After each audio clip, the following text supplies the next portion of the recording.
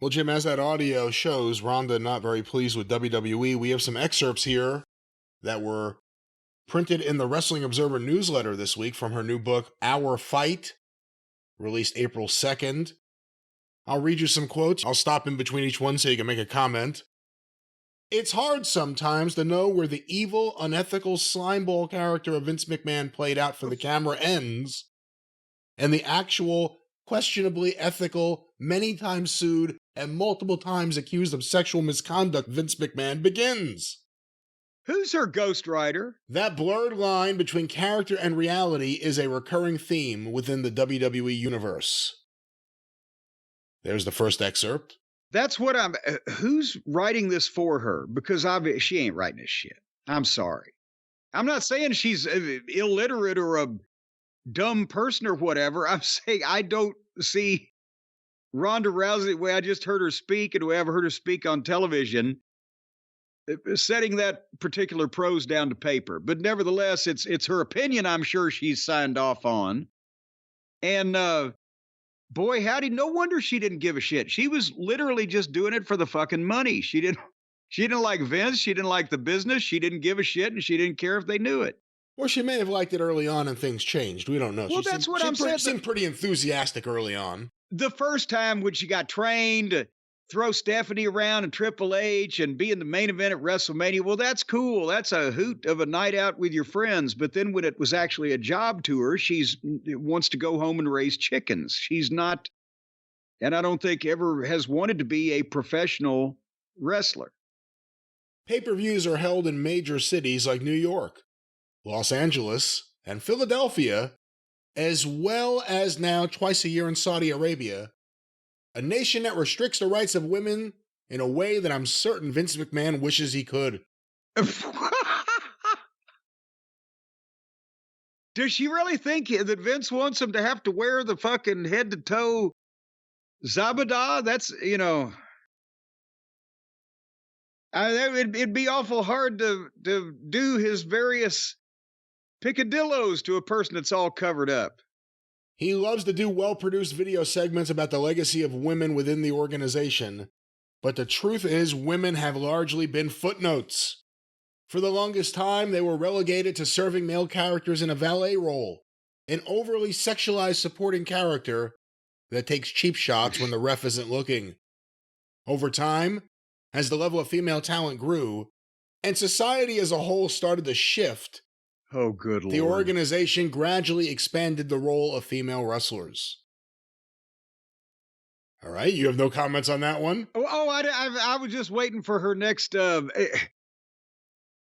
Again, I'm sure she's happy that a bunch of women are now making lots of money as wrestlers. She doesn't have to be one of the fans sitting back and watching it.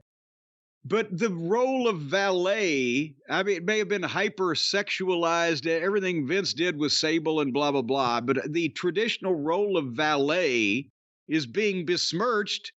And I take exception on behalf of Sunshine and Precious and all the other fucking hardworking valet and Missy Hyatt and everybody else. She acts like, just because, Sherry Martel, just because a woman was working with a guy in the main events when all the other women were being featured in the second match because she was a valet, that didn't count. She wasn't on top. Fuck you. They were just as prominent, if not more, in their positions as old Ronda is now in hers. WWE bills itself as a sports entertainment organization, and just like in the mainstream entertainment industry, there was, by all accounts, a casting couch culture where men backstage in powerful positions pressured female talent for sexual favors in return for airtime. There are so many public accusations and scandals, it's hard to keep track. And more that I'm sure the WWE managed to sweep under the rug. Oh, boy. Again, I'm not trying to take up for Vince. And I'm not trying to take up for, I've never taken up for Laurinaitis. But it's like the way that her ghostwriter is writing this, the casting couch for powerful men behind the scenes. Who's the rest of them? Who are the powerful men behind the scenes in in either Ronda Rousey's time there or in the last 10 or 15 years, besides Vince McMahon and John Laurinaitis, that have been dipping their pins in company ink? Has anybody else come up as being involved in that, or should she and or her ghostwriter not have said, it's now been alleged and accused that Vince McMahon and John Laurinaitis were doing this? But when it's like every goddamn executive now, the powerful men behind the scenes. Let's get a little more specific before you're painting everyone with a broad brush there, Rhonda. I want to hear what she has to say. She clearly has something she wants to say about Bruce Pritchard and John Laurinaitis. That she doesn't say it. That's the issue. Say it. Say it, man. Say it. Well, let's see. Is there anything else here worth reading? Women weren't just demeaned backstage, but center stage. Up until 2007, bra and panties matches, where female wrestlers won the match by stripping their opponent down to her underwear, were an actual fucking thing. Even after that gimmick was retired by WWE executives. And I see, here's where I agree with Rhonda, but for different reasons. She is offended and insulted because those things were demeaning to women. And I was offended and insulted because those matches and the women in them, for the most part, were sometimes demeaning to the wrestling business. Even after the gimmick was retired by WWE executives, I'm sure very reluctantly and with a lot of lamenting about political correctness, it was still clear that the organization placed more value on a woman's physical appearance than her physical ability. And that is certainly true. You can't, actually, she's right about all that. Probably. Yeah. I don't understand why that's a surprise to her, or why she's writing it like that anyone should be shocked and or upset by that. Because it's not shoot athletics that she was started in, trained in, etc., where it's your performance only. It is Hollywood, where it's your performance and your look. And no, I don't think that Shitstain should have been able to do the bras and panties matches, which he appropriated just from watching Paulie's ECW television, where they just stripped the girls down every week instead of having official matches about it. Because it's fucking stupid for wrestling, and it was goofy and demeaning for wrestling. And I didn't like it then, and I don't like it now. But at the same point, if you think that every female talent should be allowed to be a professional wrestler on TV, especially in the biggest company in the world or any national television company, regardless of their appearance and what they look like, just like if you think that about any male wrestler, you're out of your fucking mind. Yeah, there's been a lot of fucking, I could name a couple of people that I know that were fantastic workers and looked like dog shit, but I don't actually want to embarrass those people. But no, they were never going to get a job at a WWF. And Ronda Rousey, if she had not excelled in her shoot career, would have never got a job in the WWF, because she's not exactly, a fucking knockout unless they do some real serious prep work before the photo shoot. But at the same time, would Ronda Rousey, if she was an aspiring actress at the goddamn Actors Studio, would she have gotten in movies or television shows? No. And so when you're in some type of entertaining profession, whether there's sports to it or music to it or acting, television to it, or game show hosting, what you look like makes a difference. Why is everyone shocked at this and wants to change this? Because it's never going to fucking change. You don't look good on camera, you're not going to be in the movies. The fuck? I'm sorry, where were we? Well, that was kind of, and she just goes into a little bit of the history of give divas a chance or whatever, but there's nothing else. I don't think you're going to have much more insight into any of this. Well, but that's what who is she who spent the least amount of time in the business of all these girls and apparently put the least amount of effort into it, but forgetting some of probably one of the bigger female contracts? she's going to just wipe her. I mean, wipe your feet on Bruce and Johnny all you want, but she's going to wipe her feet on the whole company and the whole thing and a blah, blah, blah.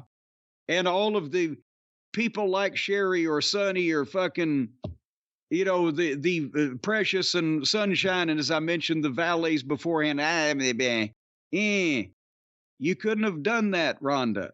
You weren't talented in that direction. You put us to sleep on television. What more can I say?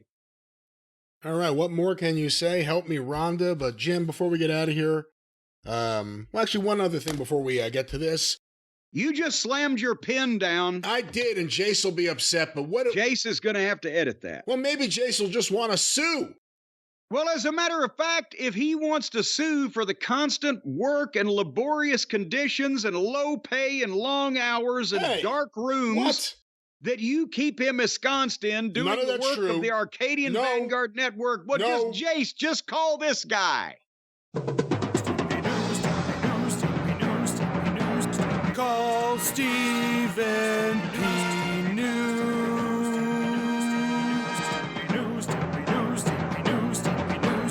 If you need to sue.